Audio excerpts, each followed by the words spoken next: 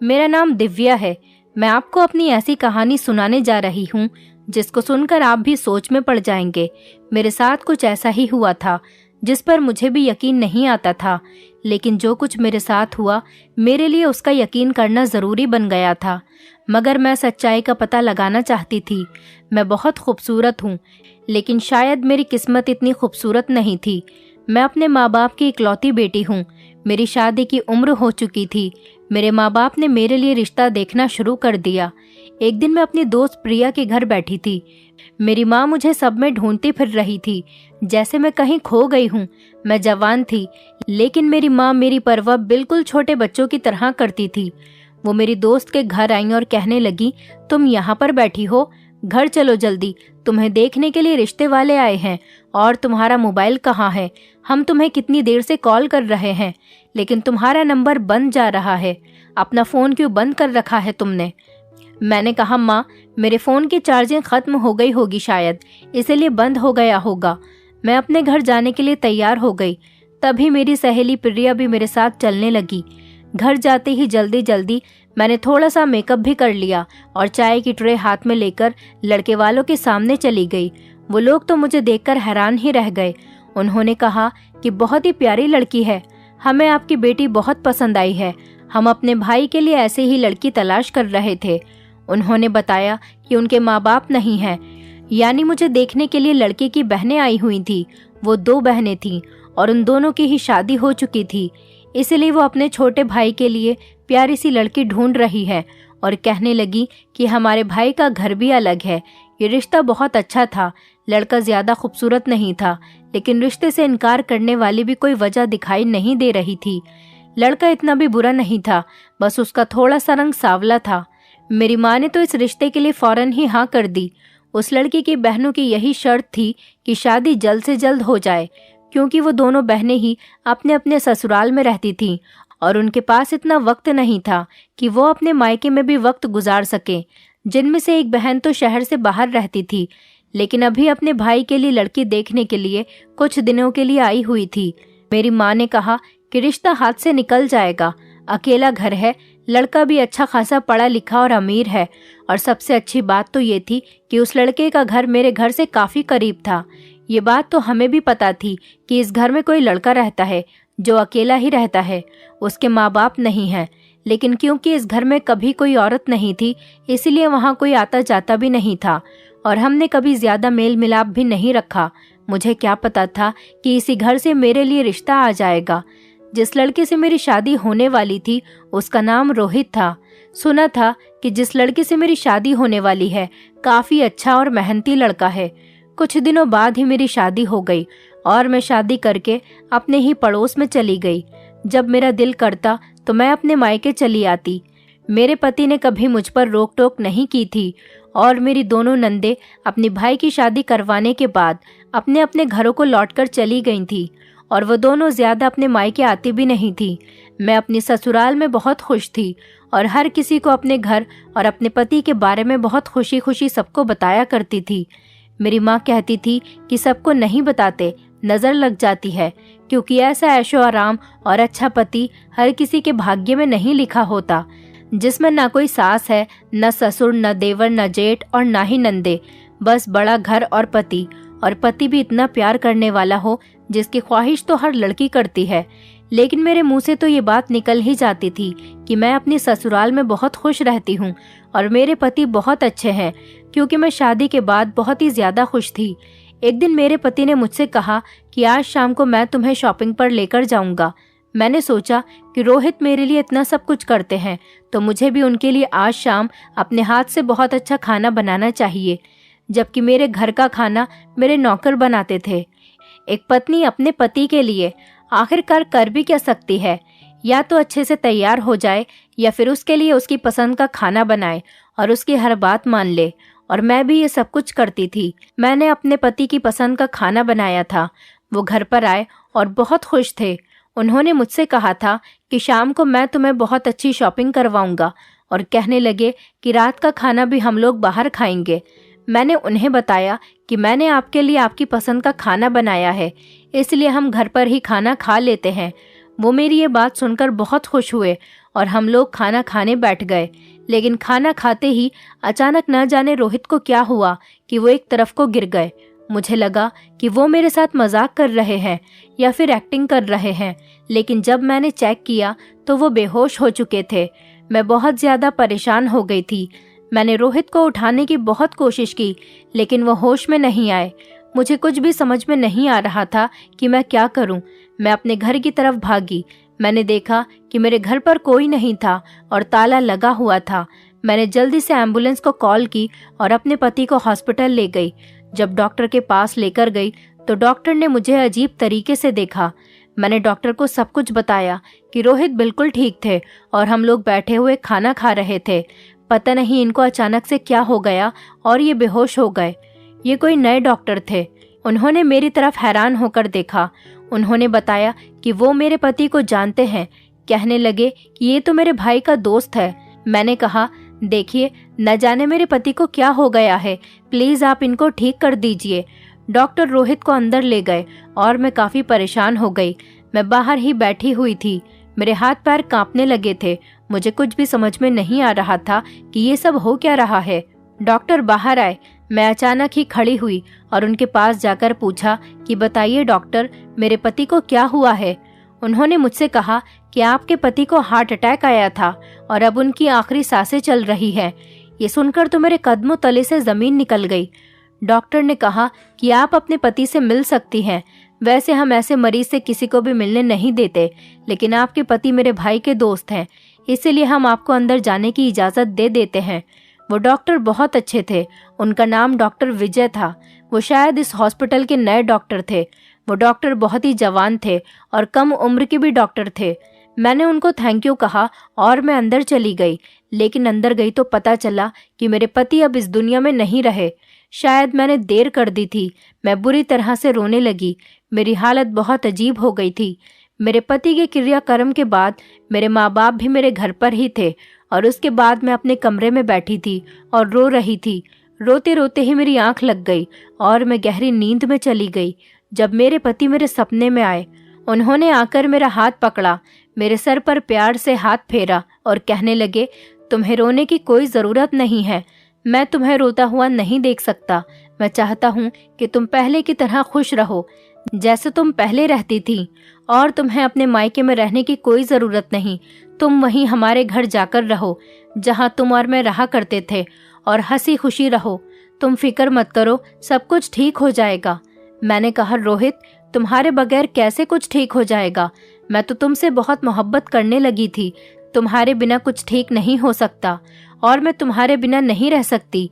मुझे तुमसे मोहब्बत हो गई थी। मैं तो सारी जिंदगी तुम्हारे साथ गुजारना चाहती थी और अभी हमारी शादी को 3 महीने ही तो हुए थे और तुम मुझे छोड़कर चले गए। मैं यहाँ तुम्हारे बिना अकेले कैसे जिंदगी गुजारूंगी? रोहित ने कहा कि किसने कहा मैं तुम्हें छोड़कर चला गया हूँ? मैं तुम्हें छोड़कर गया ही नहीं हूँ। मैं तो यहीं हूँ तुम्हारे पास। मैं हमेशा तुम्हारे साथ ही रहूंगा। लेकिन ये याद रखना कि जब भी तुम्हें मुझसे मिलना हो, तुम्हें मुझसे मिलने के लिए हमारे घर आना पड़ेगा। वहाँ मैं हमेशा तुम्हारे साथ रहूंगा। मैंने सपने में अपने पति का हाथ पकड़ लिया और कहा, रोहित प्लीज मुझे अकेला छोड़कर मत जाना। मैं तुम्हारे बिना नहीं जी सकती। अचानक से मेरी आंख खुल गई और देखा कि मेरे आसपास तो कोई भी नहीं है। मैं अपने सपने को याद करके खूब रोने लगी। काश ये सपना सच होता और रोहित मेरे सामने होते। मेरे पति को गुजरे हुए 15 दिन हो गए थे। इस दौरान मेरी दोस्त प्रिया भी मुझसे मिलने कई बार आ चुकी थी। वो बेचारी मेरे पास आकर मुझे तसल्लियाँ दिया करती थी और मुझे चुप कराती थी कि इतना नहीं रोते, बस करो, तुम अपनी तबीयत खराब कर लोगी। मैं प्रिया से गले लगकर खूब रोती थी। मैंने अपने सपने के बारे में सिर्फ प्रिया को ही बता रखा था। प्रिया ने जब मेरे सपने के बारे में सुना तब उसे मेरे सपने पर यकीन नहीं हुआ था, क्योंकि वो सपनों को नहीं मानती थी, लेकिन उसने मुझसे कुछ नहीं कहा। मैं भी यही समझती थी कि ये सिर्फ एक ख्वाब ही है जो मेरे परेशान दिमाग ने बनाया है, लेकिन अगर ये सच होता तो कितना अच्छा होता। मैं अपने पति से सपने में आखिरी बार मिली थी। उन्होंने मेरा हाथ पकड़ा और मुझे गले से लगा लिया। मेरे लिए यही काफ़ी था। जब कुछ दिन गुजर गए तो मैंने अपनी माँ से कहा कि मैं अपनी ससुराल जाना चाहती हूँ। अब मैं यहाँ नहीं, अपने पति के घर में रहना चाहती हूँ। मेरी माँ ने मुझसे कहा कि तुम वहाँ अकेली कैसे रहोगी। मैंने कहा कि करीब ही तो है घर, एक गली का भी फासला नहीं है। अगर मुझे कुछ परेशानी हुआ करेगी तो मैं यहाँ पर आ जाया करूँगी, लेकिन मुझे वहीं रहना है, मुझे वहीं पर सुकून मिलेगा। मेरी माँ मुझे मना कर रही थी, मगर मेरे डैड ने कहा कि अगर इसे इसी तरह खुशी मिलती है तो इसे वहाँ जाने दो। कुछ दिन तक ये नॉर्मल हो जाएगी तो फिर वापस आ जाएगी। उनको यही लगता था कि मैं पागलों की तरह बिहेव कर रही हूँ और कुछ दिनों में मैं ठीक हो जाऊंगी। उनकी इस बात से मैं दुखी हो गई थी। मेरे माँ बाप मेरी हर बात मानते थे और मेरा बहुत ख्याल भी रख रहे थे। उन्होंने मुझे उस घर में रहने की इजाज़त दे दी। वैसे भी मेरा घर ज़्यादा दूर नहीं था। मैं रात को अपने कमरे में आई। वही मेरा कमरा था जहाँ मैं और मेरे पति रहते थे।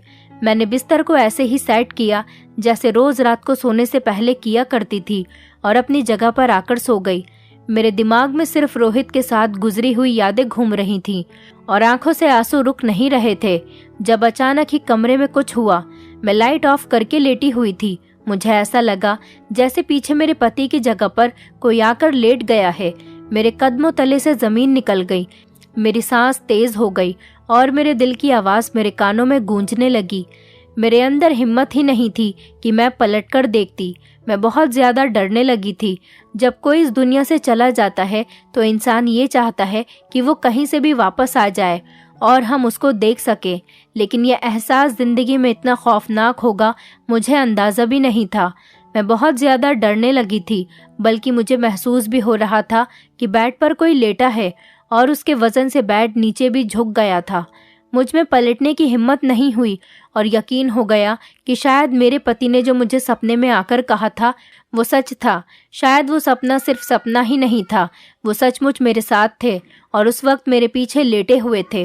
रोहित इस दुनिया में तो नहीं थे, ये तो मुझे पता है, लेकिन ये रोहित ही हो सकते हैं। मुझे उनकी सांसों की आवाज़ आ रही थी, मुझे उनकी खुशबू महसूस हो रही थी। मैंने आंखें बंद कर लीं और मैंने महसूस किया कि वो मेरे साथ हैं और मैं सो गई। जब उठी तो ये देखकर हैरान रह गई, जिस जगह पर रोहित लेटते थे उस जगह का बिस्तर भी खराब हो चुका था। इसका मतलब कि वो रात को यहाँ पर आए थे। उन्होंने मुझसे कहा था कि वो हमेशा मेरे साथ रहेंगे और रोज़ रात को मुझसे मिलने के लिए आया करेंगे, लेकिन सिर्फ अपने घर में ही आएंगे। अगले दिन मैं अपनी माँ की तरफ चली गई। उन्होंने मुझे रात को अपने पास ही रोक लिया क्योंकि बाहर बहुत तेज़ बारिश हो रही थी। उन्होंने कहा कि आज रात जाने की कोई ज़रूरत नहीं है, आज तुम यहीं पर रुक जाओ। लेकिन आज रात ऐसा कुछ भी नहीं हुआ। अपने मायके में आकर मुझे कोई सपना भी नहीं आया, लेकिन मुझे तो अपने पति के साथ रहना था क्योंकि मुझे उनसे बात करनी थी, मुझे उन्हें महसूस करना था। इसीलिए मैंने इरादा कर लिया कि मैं अपने पति के घर में ही रहूंगी। अगले दिन जिद करके मैं अपने घर चली गई। रात होते ही फिर से मुझे यही एहसास महसूस होने लगा। इस बार तो मुझे अचानक से ऐसी नींद आई कि मुझे कुछ पता ही नहीं चला कि मैं कहाँ हूँ। लेकिन जब सुबह उठी तो मेरा दिल बहुत हल्का हो चुका था। मुझे ऐसा लग रहा था जैसे सब कुछ ठीक है। मुझे ऐसे महसूस हो रहा था जैसे मेरा पति मेरे साथ था, जैसे अभी भी वो जिंदा है और इस घर में रहते हैं, जैसे वो वापस काम पर चले गए हों और मुझे अपने घर के सारे काम निपटाने हैं। मेरे पति इस दुनिया में नहीं थे, पर मेरे साथ ज़रूर थे और मैं अपनी ज़िंदगी भी ऐसे ही गुजार रही थी। रोज़ रात को जब मैं करवट बदलकर सो जाती थी तो मुझे महसूस होता कि पिछली तरफ कोई लेटा हुआ है। एक दिन मैंने हिम्मत की और सोचा कि आज मैं करवट बदलकर ज़रूर देखूंगी कि वहाँ मेरे पति हैं या नहीं। लेकिन जब मैंने करवट बदली तो वहाँ पर कोई भी नहीं था और काफ़ी देर गुजर जाने के बाद भी मुझे कोई हलचल महसूस नहीं हुई। इसका मतलब वो नहीं चाहते कि मैं उनको देखूं। मैं सिर्फ रोहित को महसूस कर सकती थी और मेरे लिए इतना ही काफ़ी था और मैं यही कर रही थी। मेरी दोस्त प्रिया जब मुझसे मेरे घर मिलने के लिए आई तो उसने मुझसे कहा कि तुम तो पहले से काफ़ी बेहतर लग रही हो, तुमने अपने आप को संभाल लिया है। कहते हैं ईश्वर सब्र दे ही देता है। वैसे भी अभी तुम्हारी उम्र ही क्या थी और तुम्हारी शादी को 3 महीने भी नहीं हुए थे। तुम्हें फिर से किसी के बारे में सोचना चाहिए। तुम्हारे पास कोई औलाद भी नहीं है और ज़्यादातर लोगों को पता भी नहीं है। अगर किसी और मोहल्ले में तुम्हारी शादी करवा दी जाए तो वो लोग अंदाज़ा भी नहीं लगा पाएंगे कि तुम्हारी पहली शादी हो चुकी है। मैंने प्रिया से कहा कि इस तरीके की बातें मुझसे मत करो। मैं अपनी जिंदगी में बहुत खुश हूँ, बस जो जैसा चल रहा है वैसे ही चलने दो। उसने मुझसे कहा कि तुम अपनी जिंदगी बर्बाद कर लोगी, कितना समय गुजारोगी अकेले। इंसान कभी अकेले अपनी जिंदगी नहीं गुजार सकता और औरत तो बिल्कुल भी नहीं गुजार सकती।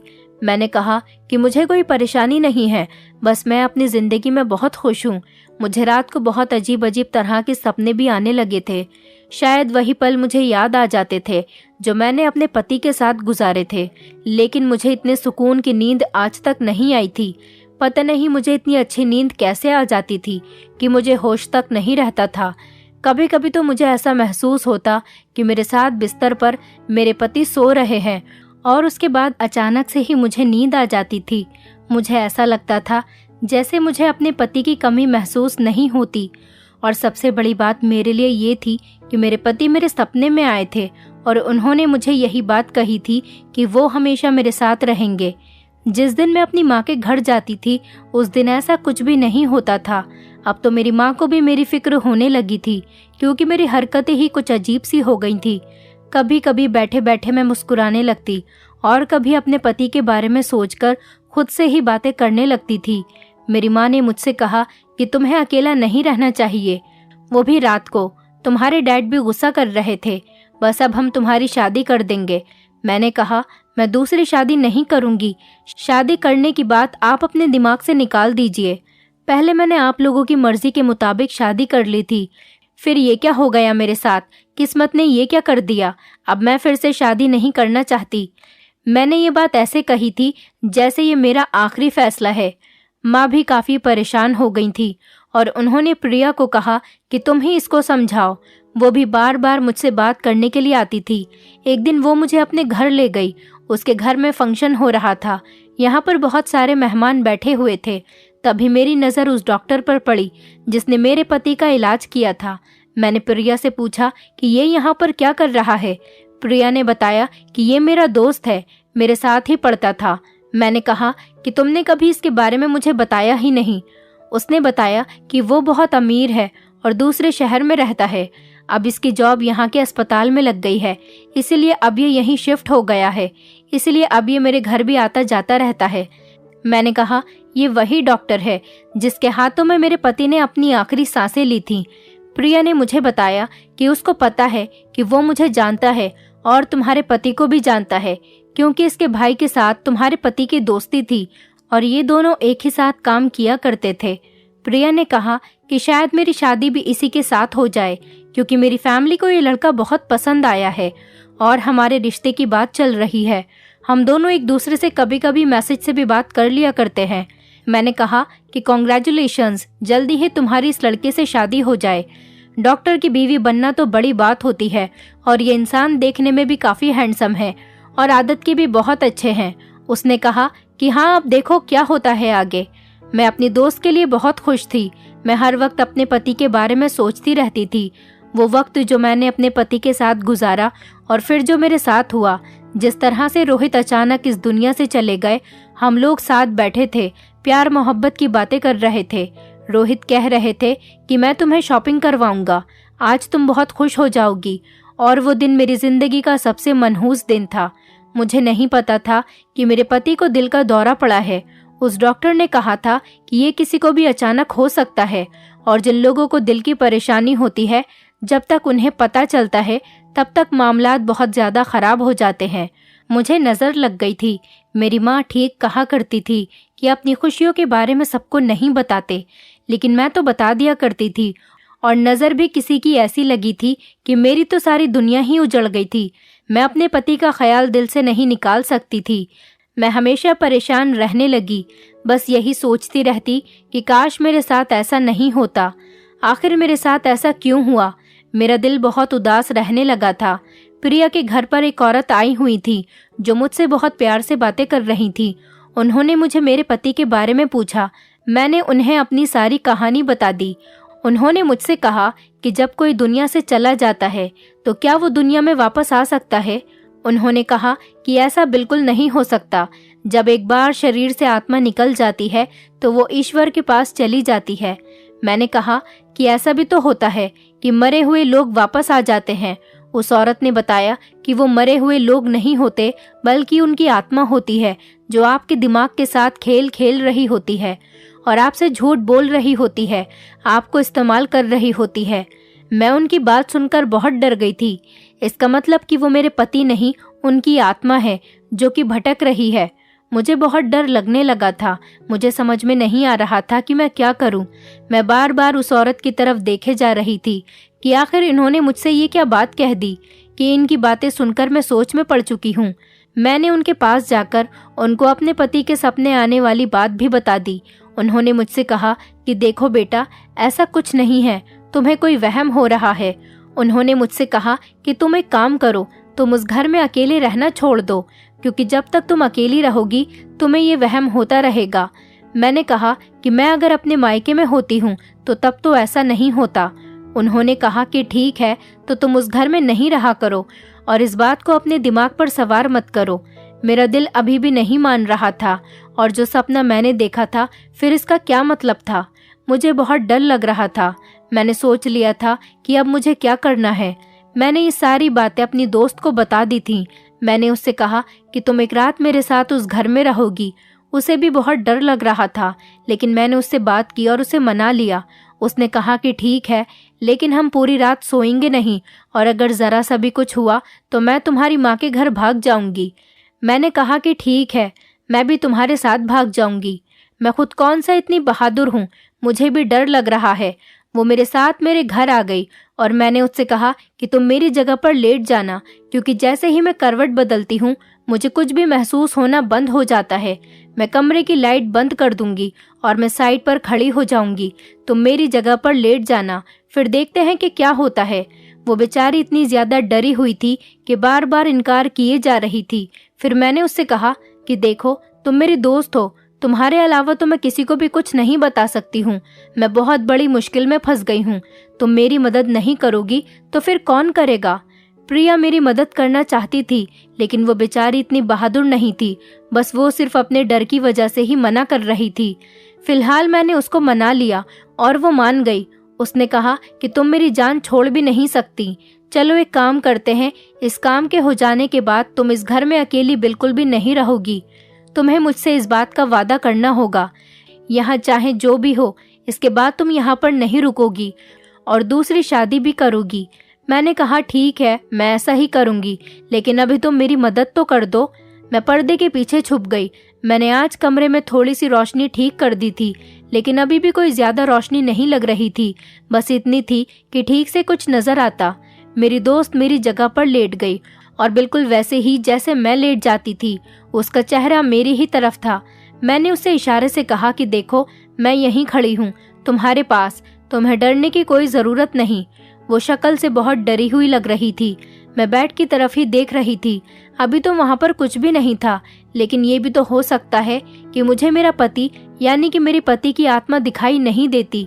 लेकिन जिस तरह से वो बिस्तर खराब हो चुका था और बेड पर भी मुझे वजन महसूस होता था, इसका मतलब कि अगर वहाँ कोई आता तो मुझे जरूर नजर आता। वक्त इसी तरह गुजरने लगा। रात के 2 बज गए और मेरी आंखों ने ऐसा मंजर देखा कि मेरे पैरों तले से जमीन निकल गई। उस घर में खिड़की से कोई अंदर दाखिल हुआ। वो कोई आदमी था, लेकिन उसका कद मेरे पति से ज्यादा लंबा था और थोड़ी देर के बाद उसके पीछे 2 और आदमी अंदर दाखिल हुए, जिसमें से एक आदमी एक तरफ खड़ा हो गया और जो आदमी पहले दाखिल हुआ था उसने एक रुमाल पर कोई दवाई लगाई और मेरी दोस्त के नाक के करीब ले जाने लगा, जो आंखें बंद किए हुए लेटी हुई थी। इतने में ही मैंने चीखना चिल्लाना शुरू कर दिया। वो लोग भी चौंक गए और मैंने लाइट ऑन कर दी। लेकिन सबसे ज्यादा मेरी दोस्त हैरान थी, क्योंकि उस कमरे में जो शख्स खड़ा हुआ था वो उसका मंगेतर था, यानी कि वही डॉक्टर जिसके हाथों में मेरे पति ने दम तोड़ा था, और उसके साथ 2 और लोग भी थे। मैंने साइड से एक डंडा उठा लिया और मैंने कहा कि आगे बढ़ने की कोशिश की तो मैं तुम लोगों की जान ले लूंगी। मेरी दोस्त भी मेरे पीछे छिप गई और उससे कहने लगी कि तुम यहाँ पर क्या कर रहे हो और ये लोग कौन हैं। उस डॉक्टर ने उन दोनों को वहां से भगा दिया और कहने लगा कि मेरी बात सुनो, मैं तुम लोगों को सब कुछ बताता हूँ। वो डॉक्टर भी बहुत ज्यादा घबरा गया था, लेकिन मैं उसकी कहानी समझ चुकी थी। मैंने अपने नंबर से अपने डैड को कॉल मिला दी, लेकिन इस तरह से की कि उसको पता न चले। थोड़ी देर के बाद वहाँ मेरे डैड भी पहुँच गए, क्योंकि मैंने घर के दरवाजे पर लॉक नहीं लगाया था, और मेरी माँ भी आ गई। उन्होंने इस डॉक्टर विजय को पकड़ लिया और एक तरफ बैठा लिया। उसके बाद उसने सारी सच्चाई बता दी, जिसको सुनकर हम सबके होश उड़ गए थे। पहले तो वो कुछ बात नहीं बता रहा था, लेकिन शायद मेरे डैड ये बात समझ चुके थे, इसलिए वो बार बार उस पर हाथ उठा रहे थे और वो चुपचाप मार खा रहा था, क्योंकि उसकी गलती थी। और प्रिया काफी परेशान हो रही थी, क्योंकि ये उसका होने वाला पति था और उसका यहाँ क्या काम था। जिन लोगों को वो साथ लेकर आया था वो पता नहीं कौन लोग थे, लेकिन उसने उनको टाइम पर ही भगा दिया था और खुद वो हमारे हाथ लग गया था। उसने बताया कि उसे पता था कि मैं इस घर में अकेली रहती हूँ और मेरी दिमागी हालत भी ठीक नहीं चल रही, इसलिए मैं रात को यहाँ पर आ जाता हूँ और इसे क्लोरोफॉर्म सुंघाकर बेहोश कर दिया करता था। फिर मेरे साथ मेरे कुछ दोस्त भी आ जाया करते थे और वो ये समझती थी कि उसके पति की आत्मा आई है, जबकि उसके पति की आत्मा नहीं है, मैं ही होता था। एक दफा उसने पलटकर देखा भी था तो मैं बेड के पीछे छुप गया था, इसलिए वो पलटकर कभी भी नहीं देखती थी। मेरे डैड ने उस डॉक्टर के मुंह पर थप्पड़ मारा, लेकिन मैं ये सोच रही थी कि उसको ये सब कुछ कैसे पता चला कि मैं अपने पति की आत्मा के बारे में इस तरह सोचती हूँ। उसको इस बारे में किसने बताया, क्योंकि मुझे तो ये सब कुछ सपने में आया था। जब मैंने उससे ये सवाल किया तो उसने प्रिया की तरफ देखा और उसने अपना सर झुका लिया। प्रिया ने बताया कि हम दोनों एक दूसरे से फोन पर बात करते थे। तुमने मुझे ये बात बताई तो मैंने इसको भी बता दी, लेकिन मैंने तो इस तरह से इसको नहीं बताई थी। मैंने तो ये कहा था कि मेरी बेचारी दोस्त बहुत दुखी है, अजीब अजीब उसे सपने आते हैं और वो समझती है कि उसके पति की आत्मा रोज रात को उसके पास आती है उससे मिलने के लिए और इसके साथ सो जाती है। मुझे क्या पता था कि ये इतना घटिया इंसान है कि इस बात का फायदा ही उठा लेगा। मैंने तो इसको ये बात ऐसे ही बता दी थी और कहा था कि मेरी दोस्त के लिए प्रार्थना करना। मैंने अपना सिर पकड़ लिया, मेरे साथ इतना बड़ा हादसा हो गया था। मैं खड़े खड़े ही बेहोश हो गई। मेरे डैड ने उस डॉक्टर को पुलिस के हवाले कर दिया। प्रिया ने उसके साथ अपने सारे संबंध खत्म कर दिए और मैं फिर से अपनी जिंदगी के एक बड़े दुख से निकलकर दूसरे दुख में चली गई थी। ये मेरी गलती थी। मैंने इन सारी चीजों को अपने दिमाग पर सवार किया हुआ था। जब एक इंसान दुनिया से चला जाता है तो वो वापस नहीं आ सकता। इसी तरह कुछ दिन गुजर गए। प्रिया ने अपने घर वालों को ये सारी बात बता दी और उस लड़के की पूरे शहर में खूब बेइज्जती हुई। उसकी नौकरी भी चली गई। उसकी जमानत तो हो गई थी, लेकिन अब उसे कोई भी नौकरी नहीं दे रहा था। मैं तो हैरान थी कि वो एक डॉक्टर था और डॉक्टर होकर उसने इतनी घटिया हरकत की। उसने मुझे जिस दिन से पहली बार देखा था उसी दिन ये मुझे ऐसे देख रहा था कि जैसे मेरा दीवाना हो गया हो। मैंने अपने पति का घर बेच दिया और अब मैं अपने माँ बाप के साथ ही रहती हूँ। फिलहाल किसी से भी शादी नहीं करना चाहती। मैं अपने आप को समय देना चाहती हूँ।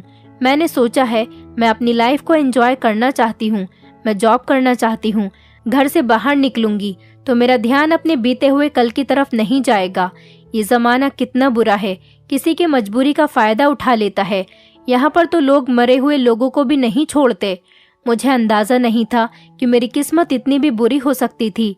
पता नहीं मुझे किसकी नजर लग गई, क्या किसी ने ये सब कुछ मेरे साथ करवाया था। मेरे लिए बद दुआएं की थी। मैं कुछ नहीं जानती थी, लेकिन मेरे साथ बहुत बुरा हुआ था। अब मैं अपने आप को चेंज करना चाहती हूँ। फिलहाल तो मैं अभी घर में ही हूँ, लेकिन जैसे ही मुझे कोई अच्छी नौकरी मिल जाएगी मैं अपनी लाइफ में बिजी हो जाऊंगी। दोस्तों, उम्मीद करती हूँ आपको हमारी कहानी पसंद आई होगी। कहानी पसंद आई है तो वीडियो को लाइक करें, चैनल पर नए हैं तो चैनल को सब्सक्राइब करें और हाँ, नोटिफिकेशन बेल को जरूर दबाएं ताकि अगली अपडेट सबसे पहले आपको मिले।